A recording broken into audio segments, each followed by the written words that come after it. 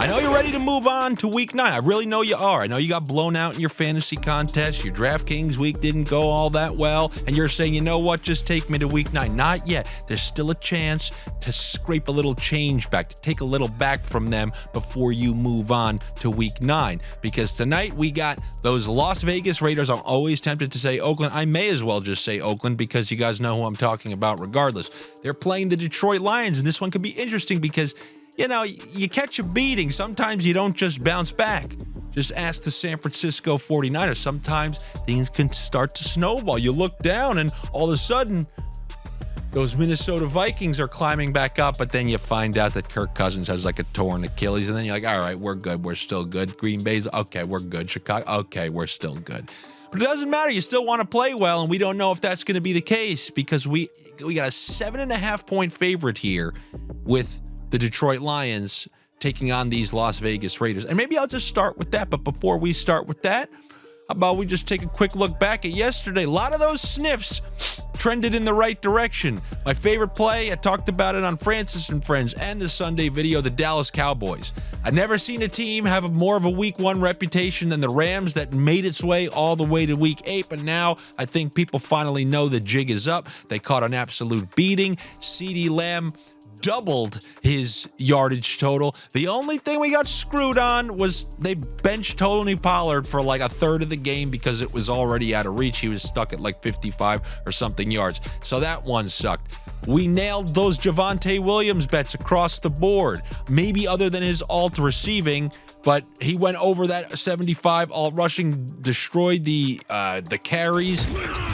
All year we've been waiting for the Waddle and Devontae Smith. They finally go over. They finally hit those alts. And unfortunately, hey, look, once in a while you get injuries.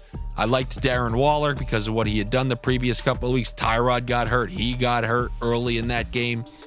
Some of those you just got to eat every single year. The injuries are always baked into the overs. The plus side of having those alternate overs is you get some massive payouts. The downside is you're going to get a couple injuries along the way, and we got bit by that one from Waller yesterday, but a lot of good sniffs up in there on that Sunday video. We'll look to continue them here on this Monday video. The first thing I'm going to go with, you show me 7.5 and a team who just got blown out. I'm going to go with the Raiders. I don't know if I want to call it my favorite play, but when I just see 7.5, 7, now give me the Raiders. I mean, it's just like I said the same thing when it came to the Broncos yesterday, but the Broncos was even better because they were at home. But you're getting 7.5 points. And how bad have the Raiders really played when Garoppolo was there? They've been pretty good. They've been all right. I mean, if you think of some of these losses, it's a lot of backups when they caught some of these beatings. Now, Garoppolo's going to be in there. They're 7.5-point underdogs. They have their complement of weapons. I think they're set up to keep this one close. Not to mention the rat chart that I showed on Francis and Friends with Nicholson and on it. Those 9 cheese eating in rats. 80% of the public, I think, is on Detroit. And I think the Raiders are going to keep this one close. Give me the Raiders at plus 7.5. Then there's a player on the Raiders. He was the NFL rushing leader last season. It was Josh Jacobs. Part of the reason he was the rushing leader is because they ran this guy into the ground. They used him in over 90% of their touches, and he would be getting 20 carries a game almost. Guess what's changed? Nothing. Just the results. A lot of people chalk it up to maybe holding out, not getting the training camp in. All I know is that for most running backs, if you're still in your relative prime and you're giving me 20 carries, I'm taking the over. Why did Javonte Williams go, 85 yards or something like that? They gave him 20-something carries, which is what I thought they were going to do. Same type of thing here. This is such a low total for what we come to expect with Jacobs. And the role didn't go away. The role is still there. So know your role, shut your mouth, and put the over on Josh Jacobs. Hopefully you know what the hell I was doing right there. I'm taking the over on Josh Jacobs, and you can hold that because we're gonna have him in the alt section of this. And then people are talking about Jahmyr Gibbs. Like, oh my God, did you see? Had a great game last week. Oh, he did have a great game. I played him in my DFS lineup. I had Lamar and Andrews with him on the other side. And he didn't have a great game until they were down like 4 touchdowns. And in the fourth quarter, he took a couple of passes and went. But early in that game, he didn't get much going on the ground, especially in between the tackles. And he was getting spelled sporadically by Reynolds, who wasn't even healthy. He was barely active. And I don't see why that wouldn't continue. He hasn't been an effective runner between the tackles. And they got his rushing total set at like 72. What did you see last week that makes you think he deserves a rushing total of over 72? I'm taking the under on that because I would imagine, yeah, maybe he goes nuts in the air again. But until I see him take a handoff and start busting long runs and you show me a total like 72, I'm taking the under.